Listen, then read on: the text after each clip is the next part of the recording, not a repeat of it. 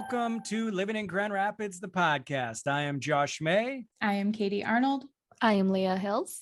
And I'm Ross Bacon. And we are four of the May Group Realtors with RE/MAX of Grand Rapids, excited to bring you another episode of Living in Grand Rapids, the podcast. We got some more real estate to talk about today. Leah, why don't you tell the audience, what are we chatting about? Well, it's been a while since we talked about what is going on in real estate. It was episode 8. So we want to do a little refresh for our audience and talk about towards the end of the year, going into next year. So maybe just talk about what's going on and maybe what to expect for next year. Yeah, I love it. You know, we've been bouncing around the city. We've been talking about neighborhoods. We've been talking about events. We've been talking about all sorts of stuff. But at the end of the day, we are professional realtors.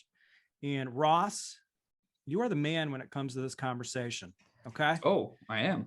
You are in the trenches, on the streets, making things happen on a daily basis. I'm going to give you all the credit here as we talk about what's going on. What are you seeing in the fall market? What can buyers and sellers expect? You know, we've seen the spring, we've seen the summer. Now here we are.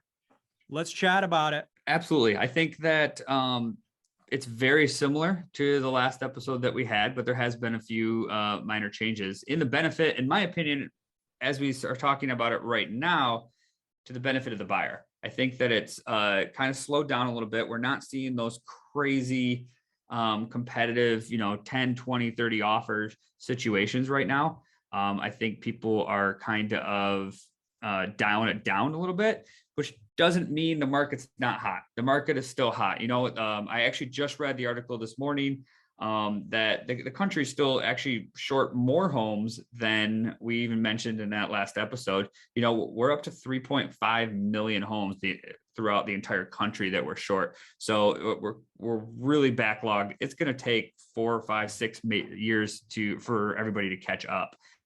There's a huge inventory of buyers out there, a lot of buyers out there trying to find homes. So with the shortage, I don't see a big market correction happening. I don't see prices dropping, and this is typical for this time of year when things kind of cool off a little bit. I think, I don't want to sound like a broken record. Everybody's hearing, now's a fantastic time to buy. I truly believe it. I think it's really great and a great opportunity for a buyer to get into the market and not have to deal with the stresses of potentially a spring market. I had 2 clients this past week where we've gone in and got them homes not competing against other offers, which is pretty rare. Yeah, I think everything's coming down to pricing right now, right? So in the fall market, coming off a crazy spring, hot summer market, pricing is dictating a lot also, because you mentioned this to me before. And what we're seeing is people are getting some sellers, real estate professionals are getting caught up in maybe overpricing a little bit right now because they're kind of stuck in that spring frenzy. And we're seeing some overpricing in some areas, which is leading to those buyers actually being able to negotiate a little bit, right? Absolutely. That's what happened this past week. I finally got the opportunity to do a little bit of negotiating and coming down on the price, as opposed to just, kind of throwing a dart at the board and hope we get a chance. And again, I don't want to discount the market in general. I think what we're seeing is those homes that are very dialed in. Everything's new, fully remodeled, just beautiful looking homes. We're still seeing a lot of those. We had one this past week up in the Northwest side that, had 32 offers on it. Yeah. So it's still happening, but I do think that if you're looking right and in the right areas, that there's you're finding those opportunities where you're not getting involved in these multiple offer situations.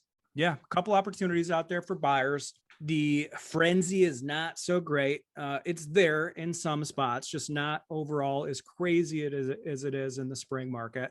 Current interest rates are down, so buyers' affordability and buying power is still up at an all-time high. Current inventory levels are way down. From last year, we're at about 50% of the homes on the market. And I've got a great example of that, of pricing something correctly. As realtors, we've got to analyze what our competition looks like. I had an example of something in Byron Center just last week where, in all of Byron Center, east of the Expressway 131, there's zero competition. So as a seller, you look at that and you're like, oh my gosh, this is the perfect scenario for me to kind of play with pricing and generate those multiple offers. And of course, that's what we did, and kind of, setting records in those type of situations still. And that's directly, inventory related. So it's interesting because you're going to see it all in a fall market.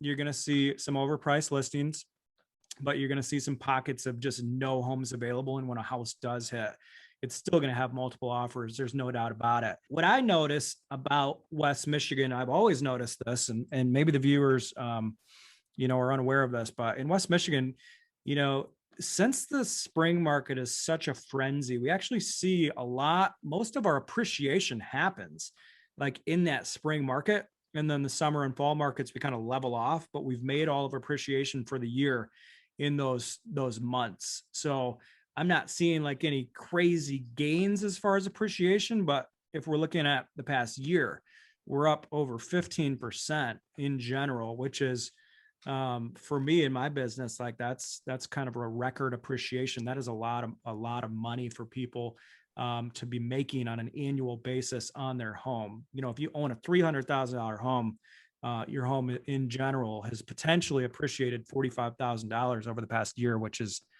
a good chunk of change, which goes back to our last episode, renting versus buying. I think we just got Katie excited again. You can see it. You see the excitement? So I think the biggest thing is with the fall market, you got to dig deep. You got to understand inventory levels. You've got to understand pricing, both on the buying side and the selling side. And it's not just a market where you just throw something out there and hope something works. You got to really tune your skills and do what's best for your buyer and seller, because it's just a little easier right now than it is any given time of year. Now we're coming up to the winter market, which is, potentially going to get a little bit slower once the snow falls, and then we'll pick back up in 2022. I feel strongly that 2022 is going to be a strong year. We've got great things to look forward to. So thanks for chatting about the fall market, Ross. I'm excited to do it in this winter too. And I'm excited to see what happens, because I think what really happened was COVID threw everybody's expectations off. Nobody really knew what to expect. And so this will be our first year outside of the pandemic, where we're having like one full year of, somewhat normalcy. Yeah, I'll leave everybody with one stat. This is an interesting stat I heard today. For the first time in the history of the United States, the median home price has eclipsed 400,000 for the first time in the history of the United States. That just happened, that's a pretty crazy stat. Same article I read this morning. There you go.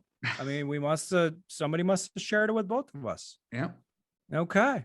Well, anyway, thank you guys for listening to another episode. We'll let you get back to living in Grand Rapids, of course, after you digest all these stats we gave you. Get back to living in Grand Rapids. Have a great day. See ya. See ya. Thanks for listening to Living in Grand Rapids, the podcast. Please take a moment to rate, review, and subscribe to this podcast and share with your friends. You can find us on Instagram at MayGroupGR or online at marketgrandrapids.com.